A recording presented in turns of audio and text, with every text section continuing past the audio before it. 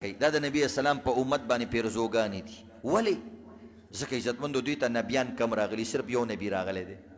هغه نبی ټولو نه دی لیدلی، صرف صحابه کرامو لیدلی دی، ورپسې تابعینو تبع تابعینو تر اوسه پورې چا نه دی لیدلی. نو پیغمبر یې نه دی لیدلی او بیا هم عمل کوي.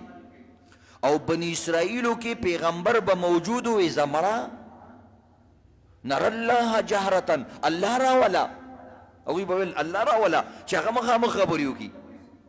الحمدلله زمونږ په امتیانو کې داسې نشته. کیم نو ډېر کم کسان به نو د دې وجې نه دوی سره الله رب العزت لاټ زیات دی، دوی سره د الله پیار محبت زیات دی. بلکې مونږ خو صحابي هم نه دی لیدلی، مونږ خو تابعین تبع تابعین هم نه دی لیدلي. مونږ خو د دې دور عزتمندو ګناهګاران مولیان لیدلي دي او ګناهګاران حافظان هم لیدلي دي، هغه هم ګناهګاران دي او موږ د هغې نه زیاتو. خو بیا هم موږ وایو چې دا دوی کوم قرآن وایي او دا موږ ته چې کوم دا مولیان نصیحت کوي دا صحیح دی. نو ټول ګناهګاران یو. او بیا هم عزتمندو الله مرتبه ولې اعلی ورکوي؟ ځکه دا د فتنو دور دی. کله چې یو څیز عزتمندو زړیږي نو بس هغه خرابیږي، داسې دی که نه؟ نو ګوره امت اخیری دور سره روان دی، قیامت را روان دی، نو بس هر څه زاړه شوي دي، وراسته شوي دي. بوډا چې هر څومره تکړی او هر څومره هغو نه عمل نشي کولی، غریب کمزوری شي. دقه رنګې اوس امت دا اوس داسې راغلی. نبي علیه السلام بدا الاسلام غریبا وسیعود کما بدا. اول کې اسلام غریب و، ناشنا و یا کمزوری و، او اخره کې به واپس بیا دقسې کېږي، منځ کې به پکې راځي. اوس ګوره څومره ډېر حافظان دي الحمدلله، څومره لوی عالمان دي، څومره مدرسې دي. دا ګورې د اسلام ډېر بهترین دور دی. دا خو چې پیغمبر وایي چې بیا به غریب شي او بیا به کمزوری شي، نو بس بیا به عزتمندو په دې خاریو کې تا ته نیکعمله سړی نه میلاویږي. د تلاوت والا کسان به درته بیا که ته وایې چې ګناهګار سړی دی وی، خو چې یو قاري صاحب وی چې یو څو سپارې راته ویلی وی، هغه قیسې به بیا ختمې شي. چېرته به لاړ شي دا قاریان؟ د شمار قاریان د شمار عالمان به.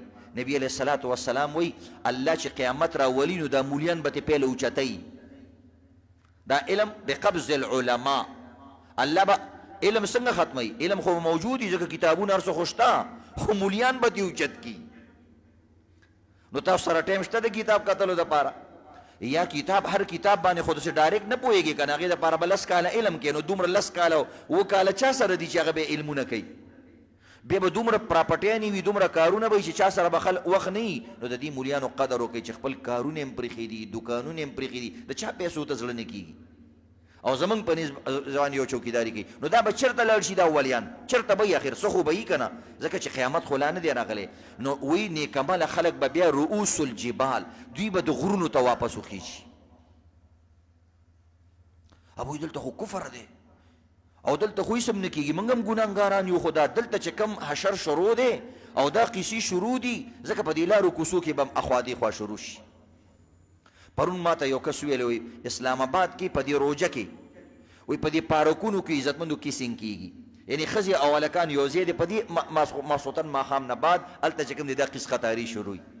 دې 10 ورځو کې به اوس تاسو وګورئ عزتمندو دا ټول عملونه چې د انسانانو کړي دي د اختر په شپه به په یو ځل باندې ټولې ختمې کړي. د دې مثال داسې دی لکه دا بعض یو کسان لطیفه کوي، وایي دا ښځې د ټوله ورځ باندې پېشمنۍ هم تیار کړي، افطاري هم تیاره کړي، روټۍ هم پخه کړي، هر څه وکړي، ټول ثوابونه د سړو هغوی وګټي.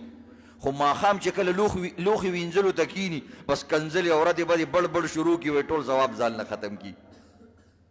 لوښي وینځل د جینکو ته ډېر زیات ګراني، حالانکې د پخلي نه دا کار آسان دی، خو بس هسې ورته ګراني. بیا د هلکانې په عذابۍ مرور ته دا مو وینځه، دا مو وینځه، بس هغې ته هم بیا کنځلې کوي.